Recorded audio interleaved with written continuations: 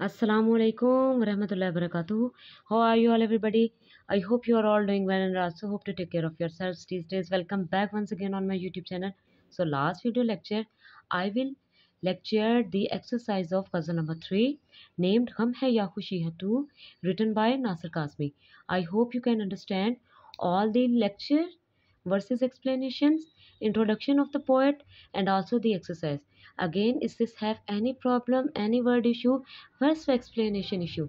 Write into your comment. I will resolve it as soon as possible. So today I will lecture the ghazal number 4 named Kash Tufan mein Safine ko utara hota, written by Parveen Fana Sayyed. So without wastage of time, let's start with me. And one and a last thing, if you are new in my channel, please subscribe my channel, press the bell icon and also share my video. जी ये हमारी शायरा हैं, आपको उनकी picture नज़र आ गई होगी clear तरीके से। नेम प्रवीण फना सैयद, सन जय पैदाइश इनका सन 1932, इंग्लिश में हम इसे बोलेंगे 1936, इंग्लिश में हम इसे बोलेंगे 1936, और जय वफ़ात है इनकी 2010, उर्दू में हम बोलेंगे 2010। प्रवीण फ़ना सैयद का सलाम परवीन सैयद है, यानी फ़ना उन्हें तखल्लुस दिया गया उनकी शायरी की वजह से, ठीक है। और यूँ परवीन फ़ना सैयद के नाम से वो मशहूर हुई। जय वलादत लाहौर है, उनके वालिद ग्रामी सैयद नासिर हुसैन रज़वी महकमा जेल खाना जात में सुप्रिटेंडेंट जेल थे, और वालदा का नाम सैयदा इफ्तिखारुन्निसा था, जो अमूर खानादारी की बड़ी माहिर खतून थी, यानी उस दौर में शेफ़ होंगी।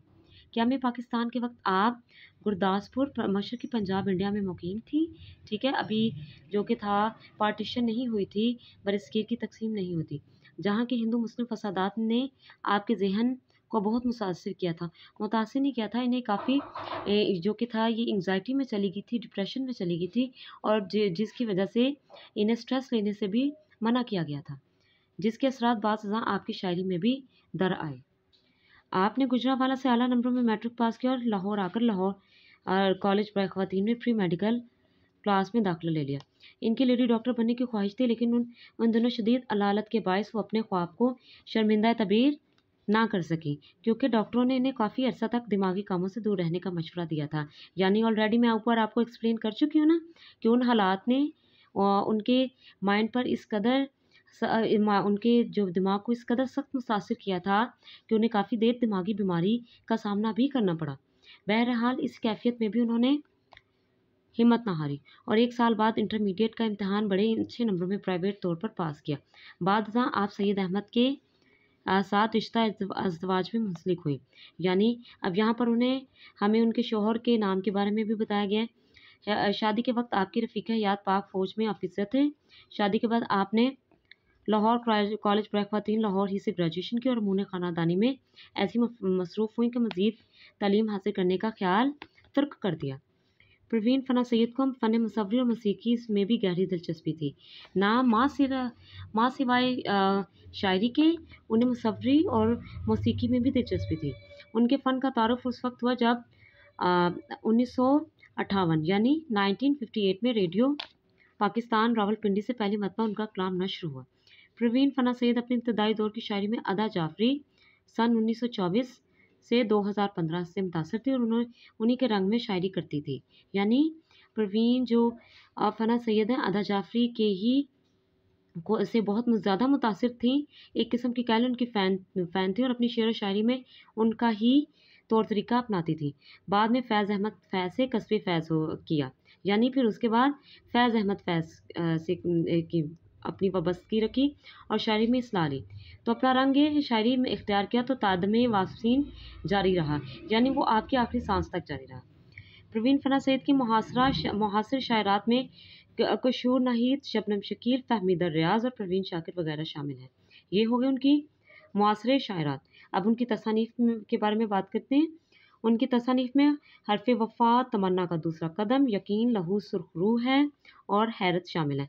उनकी कुलियात भी शामिल हो चुकी हैं। ये था उनका छोटा सा तारुफ।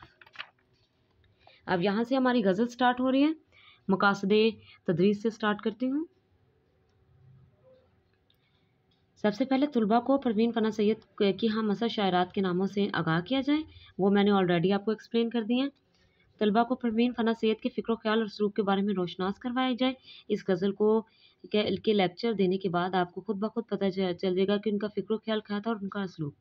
तलबा को परवीन फना सैयद के कलाम की पसंदीदगी की वजह बताना, ठीक है, वो भी आपको आगे चल के पता चल जाएगा। For next and the last, तलबा को परवीन फना सैयद की इस गज़ल में आने वाले काफ़िए, रदीफ़ और तरकीब से आगाह करना, और वो मैं मश्क में आपको लाजमन करवाऊँगी। यहाँ से हमारा पहला शेर स्टार्ट हो रहा है। काश तूफ़ान में सफ़ीने को उतारा होता, डूब जाता भी तो मौजों ने उबारा होता। सफ़ीने मतलब होता है कश्ती या नाव। हाँ जी, इस शेर में वो कहने की कोशिश कर रही हैं कि ऐ काश ये मेरी दिली तमन्ना थी जो कि मेरे दिल में रह गया कि हमने कश्ती को तूफ़ान में उतार दिया होता, तो डूबते पर भी लहरों ने मंजिल पर पहुंचा दिया होता है। यानी वो बेजान भी हो जाते तब भी वो समंदर के किनारे पर पहुंच जाते। अब इसमें वो ज़िंदगी के मसाइब और मुश्किलात को इंसान के इम्तिहान और आजमाइश के लिए आजमाइश पर आने वाले इंसान पर आने वाली आजमाइश के बारे में बात कर रही हैं, ठीक है। और वो वज़ाहत करने की कोशिश कर रही हैं कि इंसान मुश्किलात और मसाइब से लड़कर ही मजबूत बनता है। इसलिए इंसान को मुश्किलात और मसाइब से घबराना नहीं चाहिए, बल्कि मर्दाना वार उसका मुकाबला करना चाहिए, ठीक है ना। और कश्ती के बारे में या दरिया के बारे में वो ये बात कर रही हैं कि काश दरिया और समंदर की लहरें अगर सफ़ीने को उबार सकती थी तो ज़िंदगी की मुश्किलात भी इंसान को मजबूत बना सकती हैं। क्लियर हो गया। नेक्स्ट है, हम तो साहिल का तसव्वुर भी मिटा सकते थे, लबे साहिल से जो हल्का सा इशारा तो होता। अब इस शेर में वो वजाहत करने की कोशिश कर रही हैं कि हम साहिल का ख्याल भी दिल से निकाल देते अगर महबूब की जानिब से कोई हल्का सा इशारा मिल जाता, ठीक है ना। दरअसल वो हमें ये भी वजाहत करने की कोशिश कर रही हैं कि ए महबूब, अगर तुम साहिल पर खड़े मुझे अपनी जानब आने का हल्का सा इशारा भी देते तो मैं समुद्री मौजों से लड़कर तुम्हारे पास पहुंच जाती। अगर मैं तुम्हारी जानब से कोई मामूली सा इशारा भी देख लेती तो मैं समुद्री मौजों और तूफ़ानों की परवाह किए बगैर तुम तक चली आती। क्लियर हो गया। नेक्स्ट है, तुम ही वाकिफ़ ना थे अदाब जिफ़ा से, वरना हमने अपने हर जुल्म को हंस हंस के सहारा होता। अदाब जिफ़ा मीन्स सुतम ढाने के अंदाज। ढाने में मैंने डाल नहीं डाली, दाल के ऊपर छोटी तो ये अब मैंने डाल दी है, ठीक है। अब इस शेर में वो बयान करने की वजाहत करने की कोशिश करती हैं कि या महबूब, तुम ही जुल्म सितम के सुलूक से वाकिफ़ ना थे, वरना हम तो तुम्हारा हर सितम खुशी खुशी सहने को तैयार थे, ठीक है। बुनियादी तौर पर वो जो कि है अपने महबूब से गिला शिकवा कर रही हैं कि तुम ही मोहब्बत से वाकिफ़ ना थे, वरना हमने तो तुम्हारा हर जुल्म सितम सहने के लिए तैयार थे। दरअसल वो महबूब को ना तो वफ़ा करना आती और ना जफ़ा। हर मामले में उसे महबूब से शिकायत ही रही। महबूब हो के नफ़रत महबूब से कुछ भी ढंग ना किया गया, और जबकि शायरा मोहब्बत में हर कुर्बानी के लिए तैयार थे।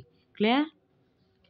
अगला शेर है, गम तो खैर अपना मुकद्दर है सो इसका क्या ज़िक्र, ज़हर भी हमको बस शौक़ गवारा होता। यानी बड़े शौक़ से। कहने का मतलब ये है, शायरा बता रही हैं कि ज़िंदगी के दुख दर्द तो हमारी किस्मत में है, इनका ज़िक्र क्या करना, महबूब की खातिर तो हम ज़हर का जाम भी बखुशी कबूल कर लेते। यानी कहने से मुराद है कि ज़िंदगी के रंजो अलम और दुख दर्द तो मेरे मुकद्दर में हैं, इनका मुझे अच्छी तरह से इल्म है। मुकद्दर का लिखा बदल नहीं सकता।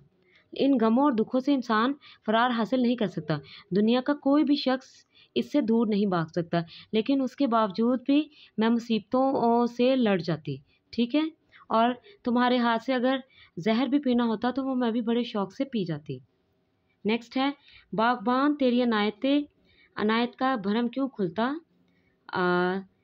एक भी फूल जो गुलशन में हमारा होता। अनायत मतलब करम मेहरबानी, भरम लिहाज शर्म। इसमें वो कहने की कोशिश करें कि अगर बागबान गुलशन से एक फूल भी हमें अता कर देता तो उसका यूं भरम ना खुलता। मतलब ये कि ये शेर एक सच्चे आशिक के दिल की वो सज़ा है जिसमें कुर्ब की वो ख्वाहिश और मोहब्बत की अकीदत के लिए तड़प रहा है, ठीक है। और अपनी ख्वाहिश को शायरा ने एक शिकवे के अंदाज में पेश किया है। शिकवे का ये अंदाज़ा वही इख्तियार कर सकता है जिसे अल्लाह ताला से सच्ची और अकीदत वाली और वालहाना मोहब्बत होती है। क्लियर। और लास्ट वन है हमारा, तुम पर इसरार फना राज़ बका हमेशा खुल जाते, तुमने एक बार तो यज़दां को पुकारा होता। यानी हमेशा ज़िंदा रहने वाले राज यज़दान मुराद अल्लाह ताला। उनके कहने का ये मतलब है तुम पर फना और बका के राज खुल जाते अगर तुमने एक बार खुदा को सच्चे दिल से पुकारा होता।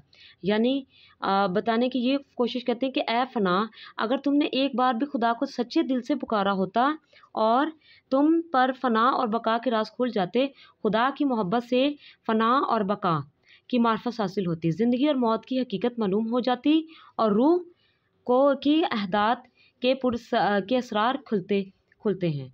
So today I will complete the lecture of this verses explanation. So is this have any problem, any word issue, write into your comment. I will resolve it as soon as possible. Take care of yourself. Allah Hafiz everybody.